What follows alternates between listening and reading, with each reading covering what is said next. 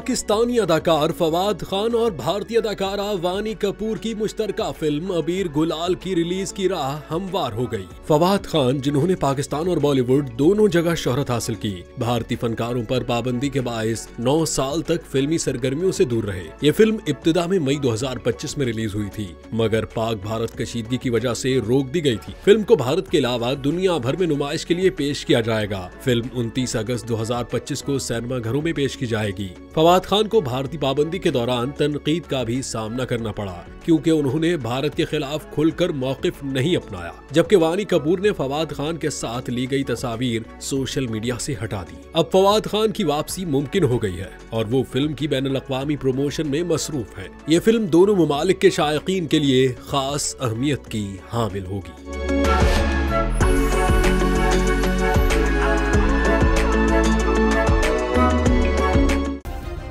Subscribe करें और bell दबाएं ताकि कोई खबर रह न जाए।